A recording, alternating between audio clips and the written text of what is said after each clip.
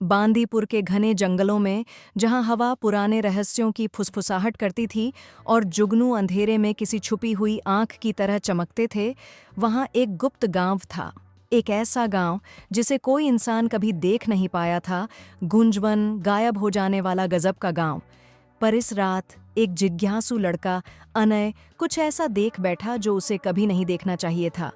एक शाम अनय जंगल में बहुत अंदर तक चला गया।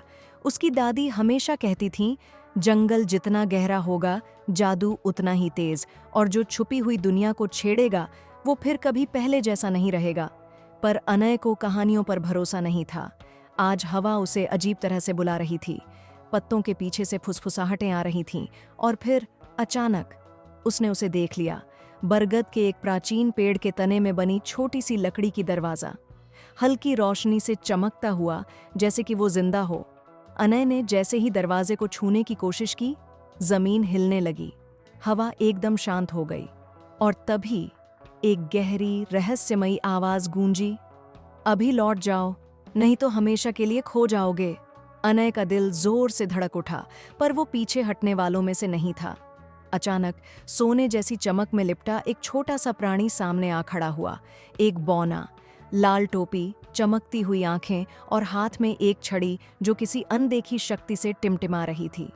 मैं हूं भीम्बो, गूंजवन का रक्षक, उस छोटे से प्राणी ने गहरी आवाज में कहा। अनय को सांस रुकती हुई सी महसूस हुई। कोई भी इंसान हमारे गांव में नहीं आ सकता जब तक वो अपनी सच्चाई साबित ना करे। अनय ने कांपती आवाज में पूछा, क्या करना होगा? भीम्बो की आंखों में एक रहस्यमयी चमक आई।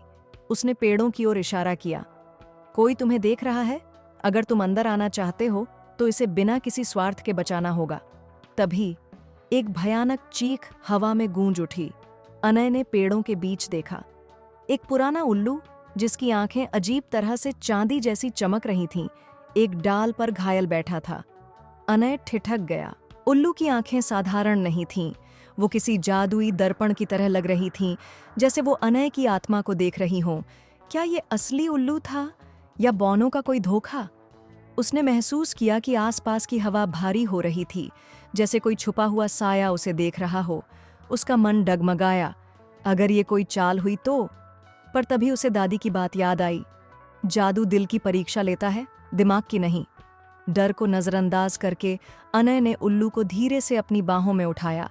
उसे छूते ही ठंडी लहर उसकी त्वचा में दौड़ गई, पर उसने पीछे नहीं हटाया, बस उल्लू को नर्म पत्तों के बिस्तर पर रख दिया। और जैसे ही उसने ऐसा किया, तेज हवाओं का तूफान जंगल में गूंज उठा और सारा दृश्य बदल गया। बरगद का दरवाजा खुद ब खुद खुल गया। उसके अंदर एक संकरी चमकती हुई सुरंग थी।